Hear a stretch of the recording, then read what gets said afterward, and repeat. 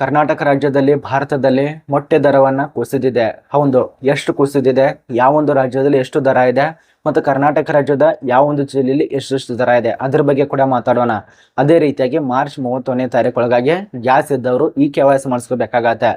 KYC ಮಾಡಿಸ್ಕೊಳ್ಳಿಲ್ಲಪ್ಪ ಅಂದ್ರೆ ಆ ಒಂದು ಗ್ಯಾಸ್ ಕನೆಕ್ಷನ್ ಕಟ್ ಆಗ್ಬೋದು, ಸಬ್ಸಿಡಿ ಹಣ ಬರದೇ ಇರ್ಬೋದು. ಇದನ್ನ ಮಾಡ್ಕೊಳ್ಳಿ.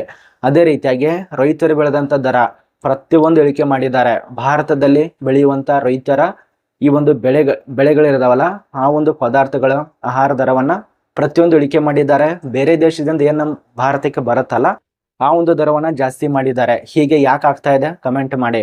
ಏನ್ ನಮ್ಮ ಭಾರತದಲ್ಲಿರುವಂತ ರೈತರಿಗೇನು ಕಿಮ್ಮತ್ತೇ ಇಲ್ವಾ? ನಮ್ಮ ಕರ್ನಾಟಕ ರಾಜ್ಯದಲ್ಲಿರುವಂತ ರೈತರಿಗೇನು ಬೆಲೆನೇ ಇಲ್ವಾ?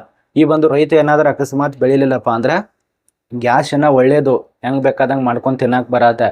ರೈತ ಏನಾದ್ರೂ ಮನಸ್ಸು ಮಾಡಿ ಆಹಾರಗಳು ಬೆಳೆಗಳನ್ನ ಏನಾದ್ರೂ ಬೆಳಿಲಿಲ್ಲ ಅಂದ್ರೆ ಮಣ್ಣು ತಿನ್ಬೇಕಾಗತ್ತೆ. ಈ ಒಂದು ಸರ್ಕಾರ ಅರ್ಥ ಮಾಡ್ಕೋಬೇಕು.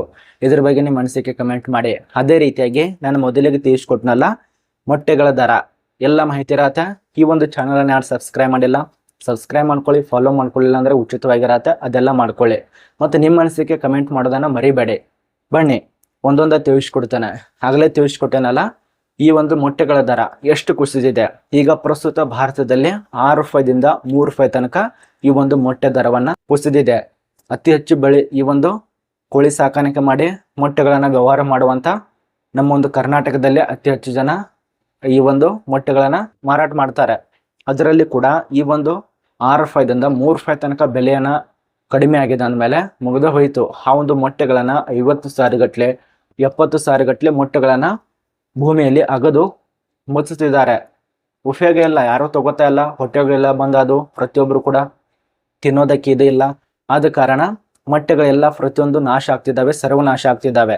ಎಷ್ಟು ಹೇಳಿ 6 ರೂಪಾಯಿದಿಂದ 3 ರೂಪಾಯಿ ತನಕ ಮೊಟ್ಟೆಗಳ ದರ ಇಳಿಕೆ ಕಂಡಿದೆ. ಇದ್ರ ಬಗ್ಗೆ ನಿಮ್ಮ ಅನಿಸಿಕೆ ಕಮೆಂಟ್ ಮಾಡಿ.